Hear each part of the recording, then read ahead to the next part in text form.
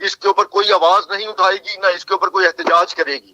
اس کی وجہ یہ ہے کہ اس وقت پوری دنیا میں مسلمانوں کی توہین اور مسلمانوں کے اوپر مظالم کی ایک ہوا چل رہی ہے۔ فلسطین کی صورتحال آپ کے سامنے ہے، جہاں ننگے ہو چکی ہے آپ کی مغربی استعمار، جو اپنے آپ کو بڑے جمہوریت پسند کہتے ہیں اور بڑے تہذیب یافتہ اور جدید تہذیب کے علمدار گردانے جاتے ہیں۔ جی پھر آپ ایک اور چیز ذہن میں رکھیے کہ آلریڈی آج سے ایک ہفتہ پہلے باقاعدہ 2 ہندوؤں کی خصوصی نشستیں مختص کی گئی ہیں جی مقبوضہ جموں کشمیر میں۔ تو اس کا کیا مطلب تھا؟ انڈین جو گورنمنٹ ہے وہ جانتی تھی کہ فیصلہ کیا آئے گا، اور پھر اس کے ساتھ ہی صرف اتنا ہی نہیں، وہ فیصلہ کر چکی ہے بی جے پی کہ نیکسٹ جو جموں کشمیر میں جو ان کا جہاں انہوں نے ناجائز قبضہ کیا ہوا ہے طاقت اور فوج کے بل بوتے پر، وہاں کا اگلا وزیر اعلیٰ جو ہے وہ ہندو ہوگا۔ وہ کس طریقے سے کرتے ہیں یا اس میں وہ کیا طریقہ اختیار کرتے ہیں، قتل و غارت گردی کرتے ہیں، تشدد کرتے ہیں، اس سے انہیں کوئی غرض نہیں۔ جی انہوں نے اپنا یہ ہندو وزیر اعلیٰ بنا لینا ہے۔ جی یہاں میں آپ کے ناظرین کو آپ کے یہ ساؤتھ ٹوڈے کے توسط سے یہ بھی بتاتا چلوں کہ انڈیا نے حال ہی میں مطلب انڈین پارلیمنٹ میں نریندر مودی سرکار نے آزاد کشمیر اور گلگت بلتستان کو بھارت کا علاقہ قرار دیتے ہوئے وہاں کی نمائندگی کے لیے سیٹیں مختص کر دی ہیں۔ جی وہ اس لیے کر دی ہے کہ کل کو ہم نے وہاں قبضہ کر کے جس وقت وہاں پہ انتخابات کرانے ہیں تو ان کی سیٹیں بھارتی پارلیمنٹ میں پہلے ہونی چاہیے۔ یہ اس بات کی نشاندہی ہے کہ آئندہ بھارت جو ہے وہ کوئی نہ کوئی ایسی شرارت ضرور کرے گا آزاد کشمیر پر حملے کی صورت میں یا دہشت گردی یا فسادات کی صورت میں۔ گلگت بلتستان میں بھی وہ کوشش کرے گا تاکہ وہ آئندہ جو نریندر مودی اور بی جے پی ہے وہ بھارت میں اپنی ساکھ اور انتخابات میں اپنی جیت کو کسی طریقے سے یقینی بنا سکیں۔ ٹھیک ہے۔ لیکن اچھا خالد بیگ صاحب ہمارے ساتھ رہیے گا۔ جمشید صاحب آپ سے ایک عدالتی ریمارکس ہیں بھارتی سپریم کورٹ کے، اس پہ کمنٹ لوں گا کہ سپریم کورٹ کی جانب سے یہ کہا گیا ہے کہ مقبوضہ کشمیر بھارت کا اٹوٹ انگ ہے۔ یہ عدالتی ریمارکس آپ کو لگتے ہیں یا سیاسی کو بیان لگتا ہے؟ کیا کہیں گے اس بارے میں؟ میرا خیال ہے یہ سیاسی بیان ہے، عدالتی ریمارک سے ہو ہی نہیں سکتا اور ہونا بھی نہیں چاہیے۔ درخواستوں پر فیصلے پر جو درخواستیں تھیں اس پر اس طرح کا رائے دینا میرا خیال ہے کہ مناسب نہیں ہے، اور یہی تو میں نے پہلے منٹ میں پہلے جملے میں آپ کو یاد ہو یہی کہا کہ بھارت کی سب سے بڑی کورٹ نے اپنا جو عدالتی قد ہے وہ بہت چھوٹا کیا ہے، اور اس فیصلے میں واضح طور پہ نظر آ رہا ہے کہ پولیٹیکل انفلوئنسڈ فیصلہ ہے، حکومت کی طرف سے ڈالا گیا دباؤ کے تحت فیصلہ ہے، حکومت کی طرف سے کو خوش کرنے کے لیے یہ فیصلہ ہے۔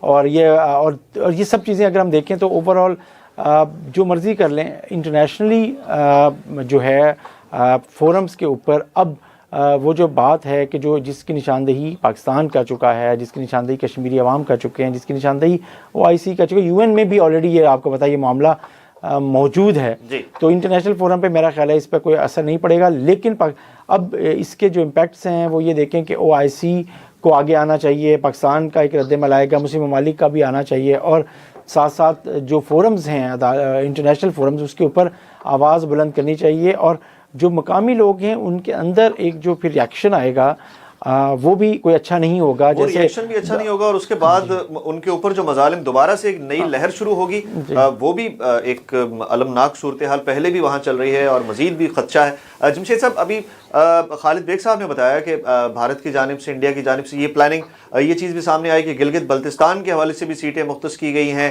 الیکشن کے حوالے سے۔ تو ایک طرف اب بات کی جاتی ہے پاکستان کی جانب سے اچھے تعلقات کی ہمسایوں سے، لیکن اگر ہمسائے ہی یہ چیزیں سوچ رہے ہوں یا یہ چیزیں پلان کر رہے ہوں تو پھر اچھے تعلقات کیسے قائم کیے جا سکتے ہیں؟ مطلب یک طرفہ آپ کیسے اچھے تعلقات قائم کر سکتے ہیں؟ دیکھیں یہی بات ہے کہ آپ اس کے علاوہ بھی جو بات کرتے رہیں کہ بھارت کا جو اس طرح کا توسیع پسندانہ جو عزائم ہے اس کا پاکستان اور جو اس کے ہمسایہ دوسرے ممالک ہیں چین سے بھی ڈھکی چھپی نہیں ہے یہ بات، تو ظاہر ہے وہ بھی اس کو دیکھ رہے ہیں اور اس کو کسی بھی صورت میں قبول نہیں کریں گے۔ اول تو یہ گلگت بلتستان ہو یا آزاد کشمیر ہو، پاکستان کے زیر انتظام جو ہمارا کشمیر ہے ہمارا حصہ ہے، اور یہ لوگ بھی، اور اس کے علاوہ جو ہم تو بات کر رہے ہیں کشمیریوں کی، اور وہ کشمیر جو کشمیریوں کا ہے، جس پر بھارت نے ناجائز قبضہ کیا ہوا ہے، اسے فکر کرنی چاہیے۔ اس فیصلے کے بعد یہ ثابت ہو رہا ہے کہ بھارتی حکومت کا وہ جو فیصلہ تھا وہ سیاسی فیصلہ تھا۔ جو الفاظ بھارتی وزراء بی جے پی کے لوگ استعمال کرتے رہے، وہی الفاظ آج سپریم کورٹ استعمال کر رہی ہے۔ تو یہ جو اس سے عدلیہ پر بھی اعتبار، بھارتی عدلیہ پر بھی لوگوں کا اعتبار، دنیا کا بھی اعتبار اٹھا ہے، اور خود بھارتی عوام کا بھی اٹھا ہے، بھارتی مسلمانوں کا بھی اٹھا ہے۔ تو یہ جو معاملات ہیں اوورآل، تو یہ اگر کوئی بھارت یہ سمجھتا ہے کہ وہ، جیسے بیگ صاحب بات کر رہے تھے کہ وہ اس طریقے سے توسیع پسندانہ عزائم رکھتا ہے، تو لیکن میرا خیال ہے بہت ہو گیا ہے۔ ابھی تو اس فیصلے کا کہ جو رد عمل کا بھی اندازہ نہیں ہے، جو کشمیریوں کی طرف سے خود آئے گا، خود بھارت میں آئے گا اور چیزیں آئے گا۔ تو میرا خیال ہے کہ اگر اس طریقے سے فیصلے آتے رہے، انسانی حقوق کی خلاف ورزی ہوتی رہی اور جو حق کی بات نہ کی جاتی رہی، تو پھر حالات اور واقعات اس رنگ جائیں گے جس پہ بھارت کی حکومت خود بھی پریشان ہوگی۔ بالکل۔ خالد بیگ صاحب، یہ بتائیے گا کہ ابھی یہ بات ہوئی مقبوضہ کشمیر میں، اس فیصلے کے بعد کیا صورتحال، کیا رد عمل آ سکتا ہے، اور اس کے اوپر حالات کتنے سنگین ہو سکتے ہیں؟ اور دوسری بات یہ کہ اس فیصلے کے پیچھے آپ کو جو بھارت میں الیکشنز ہونے جا رہے ہیں 5-6 ماہ بعد، اس کا بھی کوئی عمل دخل لگتا ہے، کوئی کڑیاں ملتی ہیں؟ یہ کیا کہیں گے ان دو باتوں کے معاملے میں؟ ایک امپیکٹ اس فیصلے کا مقبوضہ کشمیر میں، اور دوسرا بھارت کے جو انتخابات ہیں اس سے کیا آپ کو اس میں ریلیشن نظر آتا ہے؟ دیکھیے، ہندو انتہا پسند یا ہندوتا کے زیر اثر جو انڈیا کے اندر جو جماعتیں ہیں، وہ بتدریج پچھلے 100 سال سے جس طریقے سے قدم بقدم آگے بڑھ رہی ہیں، اور تقسیم ہند کے بعد، برطانوی ہند کی تقسیم کے بعد جس طریقے سے انہوں نے وہاں پہ اپنا اثر و رسوخ بڑھایا ہے، وہ کسی سے ڈھکی چھپی بات نہیں۔ رضوانی صاحب نے بات کی OIC کی، تو OIC پر ٹرسٹ کرنا ایسے ہی ہے کہ آپ جنگ میں ٹینک تو لے جائیں لیکن اس میں گولہ بارود نہ ہو، تو خالی ٹینک کو آپ کیا کریں گے؟ یہ بالکل احمقانہ ہماری سوچ ہوگی کہ ہم OIC پہ اعتبار کریں۔ دیکھیے، آج 1588واں دن ہے، مطلب 100 کتنا ہو گیا، 1588واں دن آج اگر ہے، تو اس عرصے میں کون سا ظلم ہے جو وہاں پہ کشمیریوں پر نہیں توڑا گیا؟ تو اس دوران OIC کیا کر رہی تھی؟ کیا اسی دوران آپ کے اسلامی برادر اسلامی ممالک میں بڑے بڑے ایک شاہکار قسم کے مندر نہیں تعمیر کیے وہاں کی ریاستوں نے؟ تو وہ کیا تھا؟ وہ انڈیا کے ساتھ کھڑے ہیں، وہ کشمیر کے مسئلے پر بھی انڈیا ہی کے ساتھ کھڑے رہیں گے۔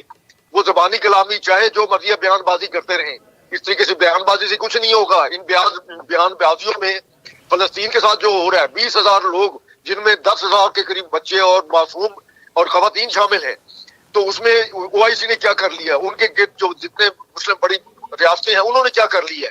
مطلب ہے کہ حالت ظلم یہ ہے کہ امریکہ، برطانیہ اور جو بڑے جمہوری ممالک ہیں جو جمہوریت کے ماں باپ سمجھے جاتے ہیں، وہ گولہ بارود بھیج رہے ہیں اسرائیل، اور ہمارے مسلمان ریاستیں جو ہے وہ گڑ گڑا رہی ہیں کہ ہمیں وہ جو مر رہی ہیں، زخمی ہیں، ان کو کچھ خوراک ہمیں خدا کے لیے بھیجنے دی جائے۔ جب یہ حالت ہے مسلمانوں کی، تو وہ دنیا میں کسی بھی خطے میں جہاں بھی کوئی مسلمان ہے، ان کی وہ کیا مدد کریں گے؟ کوئی اخلاقی مدد نہیں کر سکتے۔ خالد صاحب، مقبوضہ کشمیر میں اب اس فیصلے کے بعد آپ کیا سمجھتے ہیں کہ کیا امپیکٹ آئے گا؟ ایک بار پھر احتجاج کی لہر اور اس کے بعد تشدد کی لہر آئے گی، کیا دیکھتے ہیں؟ دیکھیے جی، وہاں پر سینسرڈ ہے، خبریں وہاں سے باہر نہیں آتی ہیں، احتجاج اور لڑائی مستقل وہاں بھی جاری ہے۔ جو ٹوٹل وہاں پہ کنٹرول ہے انڈین گورنمنٹ کا، انڈین فوج کا، وہ خبریں باہر نہیں آنے دیتے۔ جو کچھ خبریں باہر آتی ہیں اس سے لگتا ہے ڈیلی کوئی نہ کوئی کشمیری شہید ہو رہے ہیں، یا کوئی نہ کوئی بھارتی فوجی جو ہے وہ مارا جاتا ہے، جہنم حاصل ہو جاتا ہے۔ تو لڑائی تو وہ جاری ہے، اور یہ لڑائی بھی کشمیریوں کو فلسطینیوں کی طرح خود لڑنی ہوگی۔ اگر وہ کشمیری یہ سمجھتے ہیں کہ انہوں نے وہاں سے آزادی لینی ہے، اور آزادی جو ہے وہ ان کے احتجاج پہ انڈیا جو ہے ان کو آزاد کر دے گا، یا وہ 370 جو اس کا ایکٹ ہے وہ بحال کر دے گا، تو یہ ان کی خواب خیالی ہے۔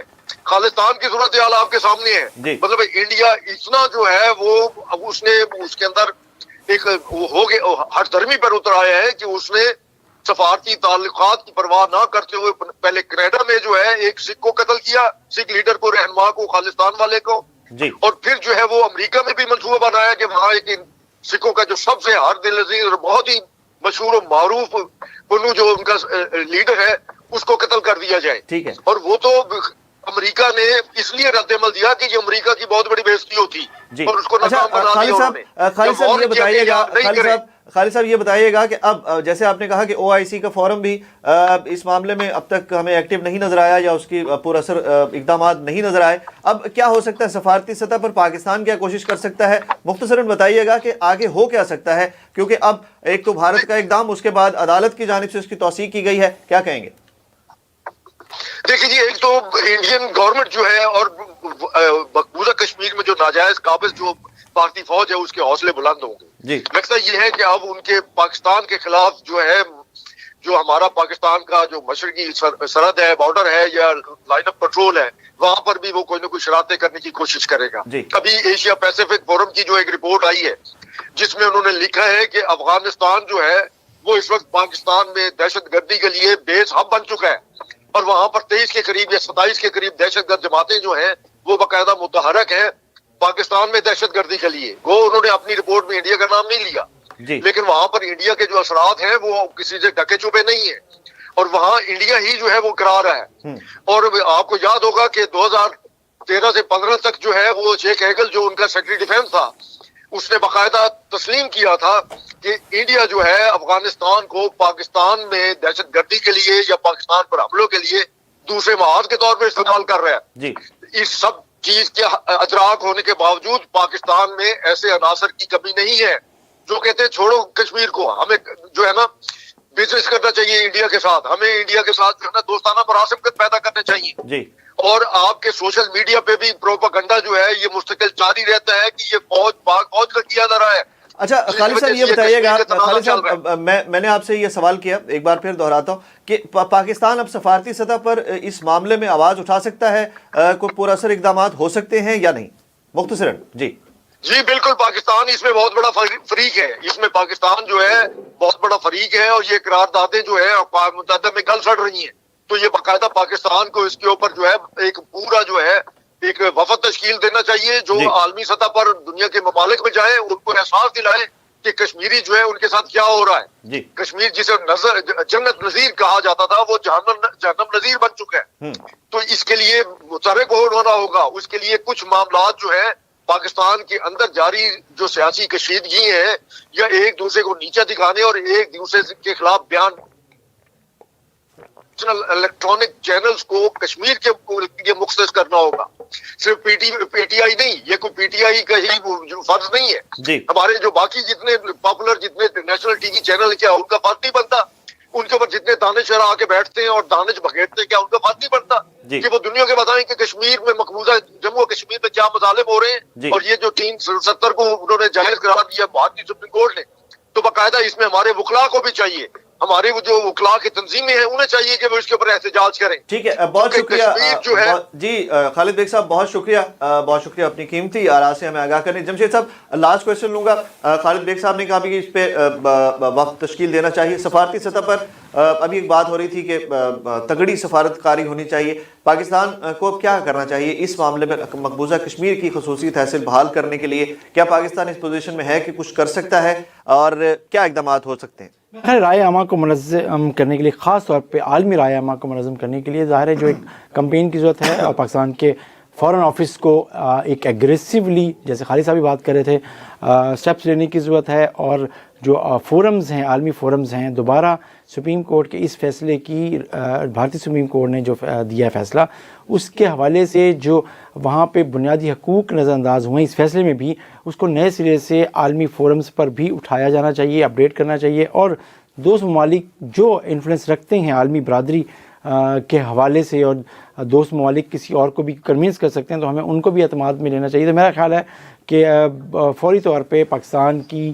ایون نگران حکومت کو بھی، نگران وزیر خارجہ کو بھی یہاں پہ اس وقت اپنے دنیا کے تمام ممالک میں اپنے سفارت خانوں کو متحرک کر کے اس حوالے سے جو بھارت کی عدالت کا یہ فیصلہ اور بھارتی حکومت کا یہ چہرہ جس میں بنیادی انسانی حقوق کو یکسر نظر انداز کیا گیا ہے، وہ فوراً دکھانا چاہیے. اور عالمی جو عدالت انصاف ہے اور UN دوبارہ اس میں نئے سرے سے اس کو پرسو کرنے کی ضرورت ہے.